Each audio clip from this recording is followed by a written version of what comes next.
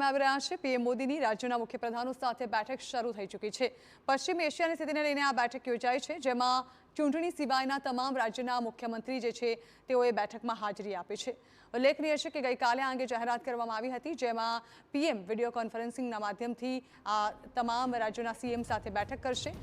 Middle ઈસ્ટમાં ચાલી રહેલી જે યુદ્ધની પરિસ્થિતિ છે તેને લઈને હાલ દેશમાં જે પરિસ્થિતિ ઉદ્ભવી રહી છે તેને લઈને સીએમ સાથે કરેલી આ બેઠક જે છે તે ખૂબ જ મહત્વપૂર્ણ માનવામાં આવે છે।